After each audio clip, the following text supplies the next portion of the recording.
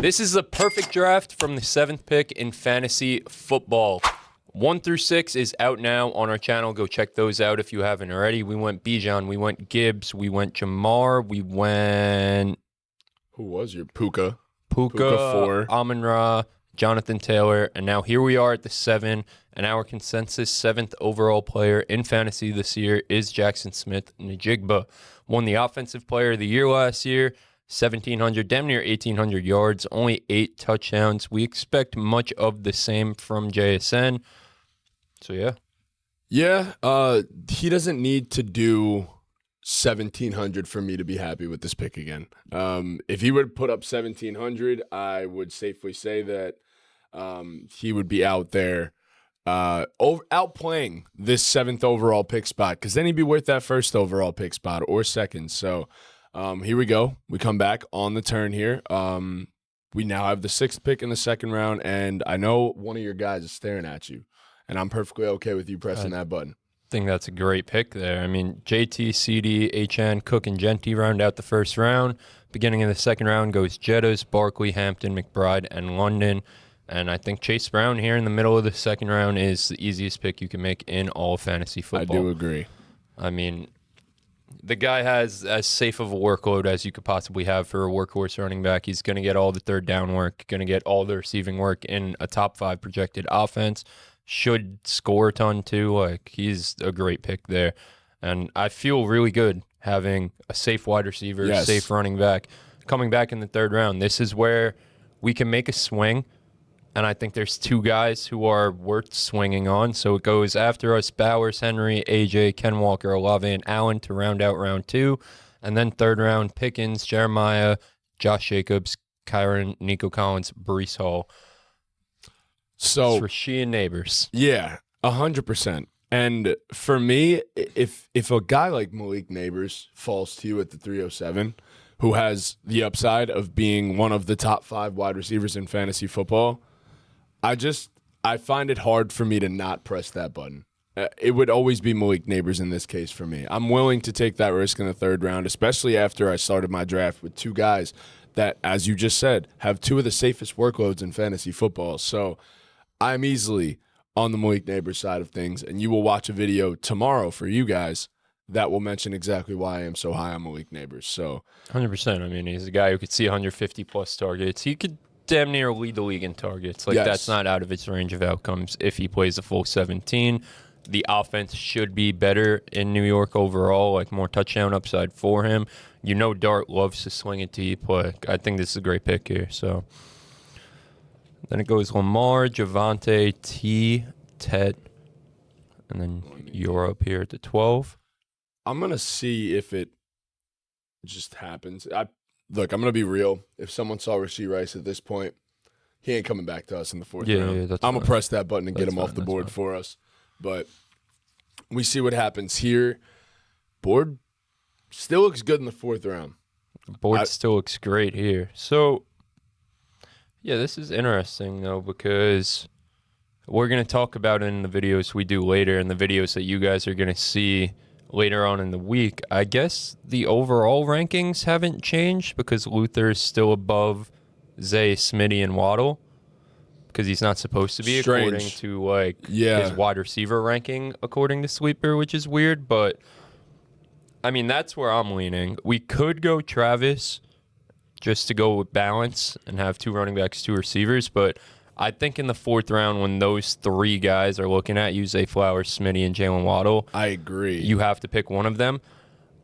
I really don't have much of a preference. I know you're a Smitty guy. Like, Zay, I love. Waddle, I am going to talk about Waddle on the video that's coming out tomorrow with our wide receiver values. So I really don't have a preference. I'd probably rank them Waddle, Zay, Smitty personally. Okay.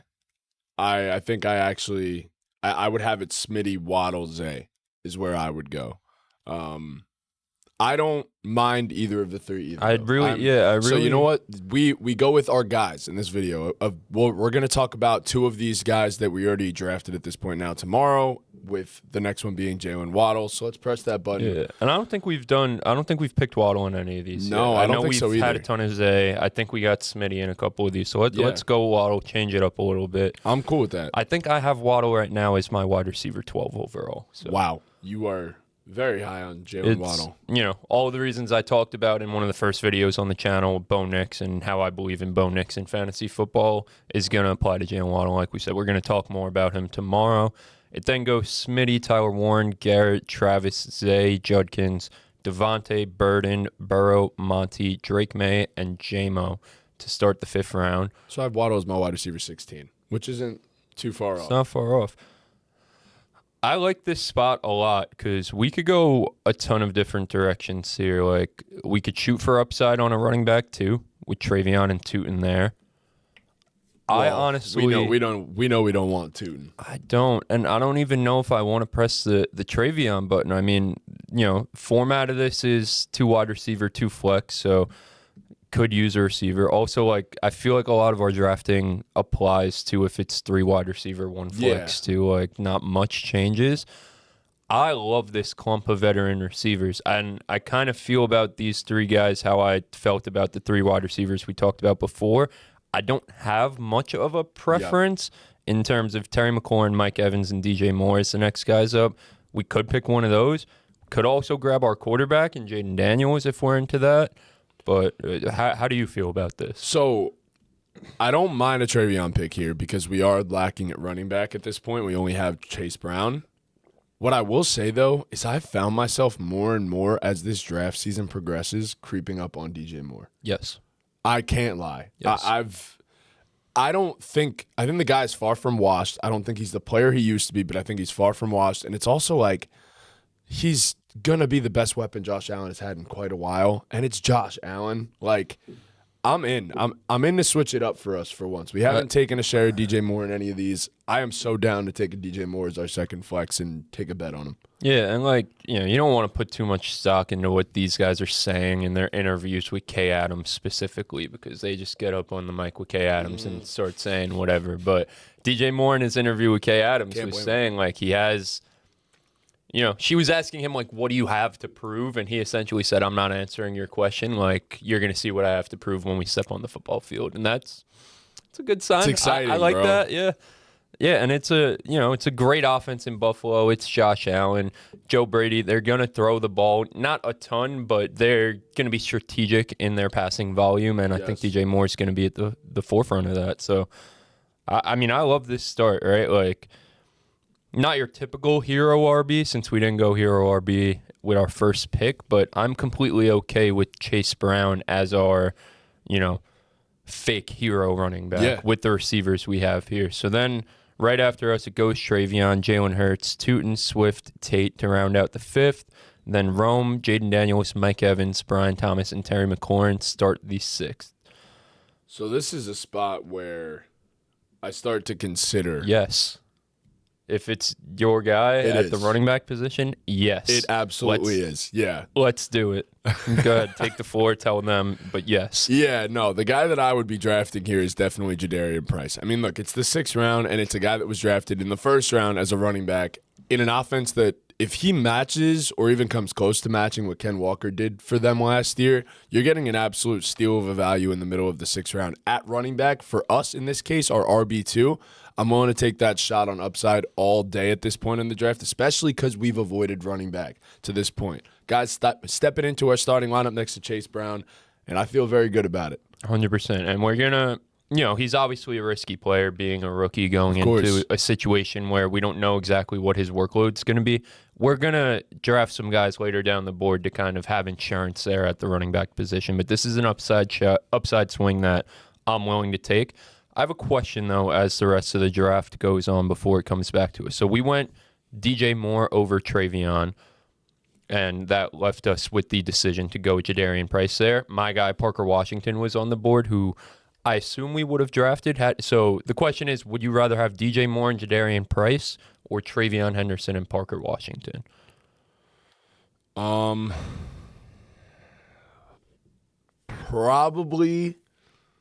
I'd probably lean Travion and Parker, but why not have DJ Moore, Jadarian Price, and Parker Washington? Right, he is here now. I doubt he falls this far in drafts. I don't think he makes it to the middle of the 7th round. We are going to take him here. Like, you got to play the board, obviously. Yes. But, yeah, I assume that's probably where we would have went because, the receivers on the board at that spot where we took Price were Watson, DK, and Marv. So we probably would have had Parker Washington as our next guy up.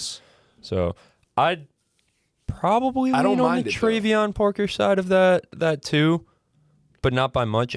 I definitely agree with what you said about DJ Moore. Like, it was ugly. Yes. It was hype when he first got there. It's like, holy shit, Josh Allen got a wide receiver 1. Then it's like, yeah, but this guy's kind of old and washed. Exactly. And then it's like, he doesn't have to be prime DJ Moore to be productive, especially at that spot in the middle of the 5th round. It's just like, we saw Khalil Shakir have some solid success, and I'd like to think even at this stage in his career, I think DJ Moore was just miscast in Chicago last year. He had a lot of target competition, number 1. And then number 2, it just didn't seem like he fit a Ben Johnson offense. I really do think when you go out, you trade that much for the guy, you're not forcing DJ Moore as a square peg into a circle hole. You're making sure that he fits what you're doing. 100%. So I think I don't think people should be overthinking it. I think DJ Moore is worth the price, honestly, right now. All right, so now we come into an area where you can take quarterback, you can take tight end. I don't feel good about any other position here. So I don't. Like there's some decent values at receiver, but we're so well off on receiver. And the running backs here, I feel like we don't need to draft them at this spot. No. So I think we go with our pick of quarterback. My pick is Justin Herbert here. That's exactly who I would take. So let's do it, yeah. I actually quite like this team. I think this is a solid team. We definitely need to take some shots on running backs. Spam some running backs, yeah, coming up. Have no choice. But Dak goes right after us, then Alec Pierce, Trevor, Pittman, Gainwell, Godwin to round out the 8th. And then it goes Jacoby, Addison, QJ, and then a run of tight ends in Fergie, Kincaid, and Kittle. Now it's back on us. I hate to just spam the runs, but like when Kelsey's staring you in the face in the 9th round, it's like so difficult to say no. I just feel like as long as he is in the NFL, he is a top 6 tight end in fantasy football. I completely agree. He's a guy who's never finished outside the top 10 tight ends, getting drafted tight end 9. Like, he's getting drafted basically there. He's getting drafted at his floor. 100%. And there is upside there with Travis Kelce. I don't care how old he is. There is upside there. So, yeah, I'm cool with it. Again, running backs, I kind of feel the same as how I felt last round. Like, we could afford to wait another round on the running backs and get our guy at tight end. And I feel like the rest of the draft is just, we have 4 more picks, just spam running back. Unless there's, a receiver value that we really, really love. Like, so the only other tight end that I would have considered there, and I've spoke about him a million times, is obviously Isaiah Likely. I love Likely, but I don't.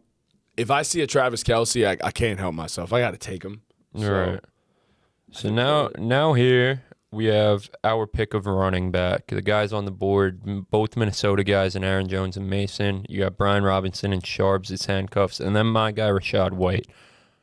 I think for this draft, we could go with your guy and Jordan Mason. That's where I stand. And then hope my guy Rachaad White makes it back to us. That's exactly where I stand. That's exactly who I would take. I know Jordan Mason is a lockdown workload in Minnesota. And they've said, I saw a report yesterday, he's been breaking off some big ones at camp, so he's always been a very talented runner. That's never been in question with Jordan Mason. Yeah. We kind of get screwed there, though. Beginning of the 11th round, Rashad and John Brooks go off the board. Those are definitely 2 guys I would have considered. Yeah. But there's another guy staring us in the face. Yeah, it's just, the my guy draft. It is. It really is. Brian Robinson, we didn't talk about him on running backs last week at all.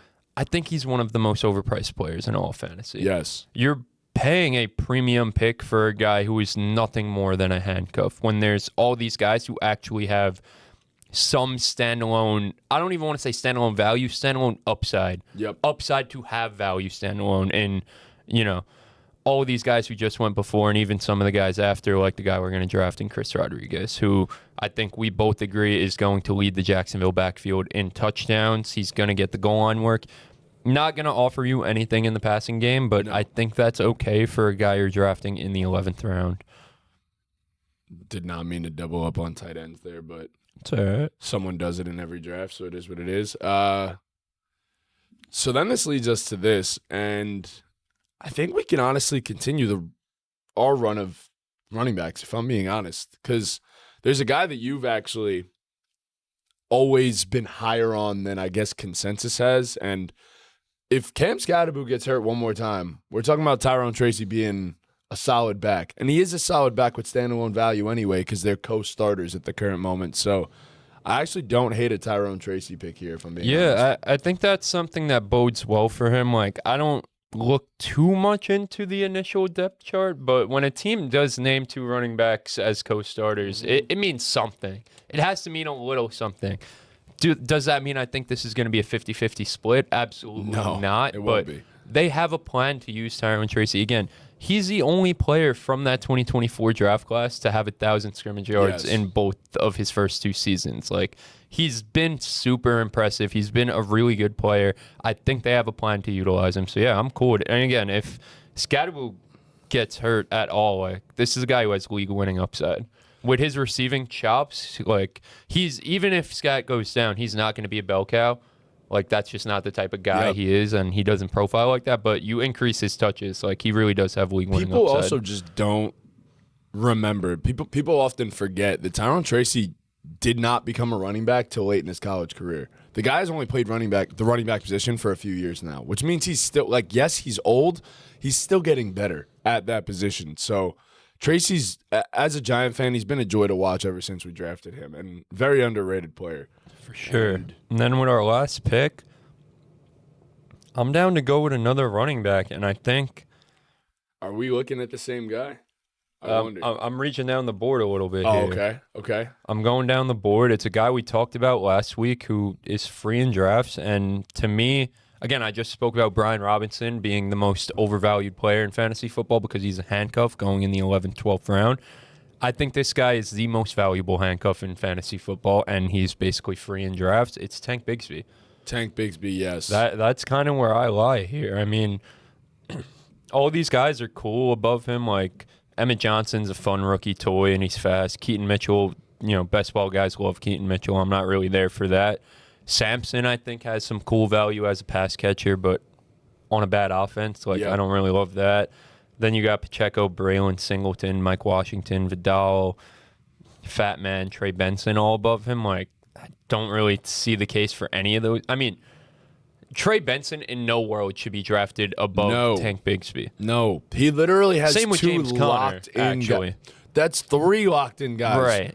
Like, or you could say for either one of them, 2 guys that are guaranteed to get more touches than the both of them. 2. You're not fighting against 1. You're fighting against 2. There's no world where Tank Bigsby should be going this late in drafts, like, at that value. That's kind of why I want to pick him, just to showcase how much of a value he is. Is there any running back here that stands out to you? No. If we were to go wide receiver, I wouldn't even hate the idea of taking a Jalen Naylor, obviously, just to highlight some names. Zach Branch has risen up boards a ton recently. Jacoby Lane. Jacoby Lane is also best flew camp up in 27 boards. years. For real. But Tank I don't Bigsby, hate going there. I just feel like we need to take as many chances I on running agree, back. and that's where I'm at as well. I wouldn't even hate a Isaiah Pacheco pick, just to throw that out there, because I think he will have a role in that offense. But then how hurt is he? I don't know. I don't know what that injury exactly Sprained his entails. MCL, should be good for week 1. I mean, don't love that. No, hate that, actually. So never mind. That's like the tiebreaker, right? Like, if you had any hope for Pacheco versus Tank Bigsby, that's kind of a tiebreaker to me. No, 100%. I will say Keaton Mitchell is interesting, though. Definitely interesting. Definitely interesting. I just have such a big Hampton agenda that I don't want to do that to myself. I get that for sure. I think it's easily Tank Bigsby. Right. And I think he will actually be involved in the running game in general for Philly. He should have some standalone value. Like, not value, but like, he should get involved even with Saquon. I have him projected for close to 100 carries this year, so I think he will He will be worth. He'll be worth something. He's a good player, and like there is a world where the Eagles try to spell Saquon as much as possible Exactly. to keep him fresh for the playoffs. Completely agree. Yeah. So we end this team with Herbert at quarterback. Our starting running backs are Chase Brown and Jadarian Price. Built around JSN at the 1-7. Alongside him is Malik Neighbors, Travis Kelce, and then our flexes could be any of Jalen Waddle, DJ Moore, Parker Washington, and Jordan Mason. And then just some depth running backs at the end there. C-Rod, Tyrone Tracy, and Tank Bigsby. I feel like we built a solid-ass squad. Good team. It's a damn good team. I leave my draft happy with this team. I would as well. I feel like to this point we've really only had one of these drafts where I've been like, not the happiest with this team, but I think we could figure it out. This team I actually do really like. I think there's so much upside in that wide receiver room. So much. Yep. I'm with you. All right. Well, thank you guys so much for watching. Be sure to leave a like, subscribe to the channel if you haven't already. Comment down below any picks that you think we whiffed on, that you would have drafted someone differently. We got wide receiver values coming out tomorrow, drafting from the 1-8 the following day, wide receivers to avoid the following day, and then capping off the week on Friday with our perfect draft from the 1-9. Fantasy videos dropping Monday through Friday, the entire month of August, and I'm pretty sure the first week of September as well. Ton of fantasy content for you guys. And with that, ball game. Nice.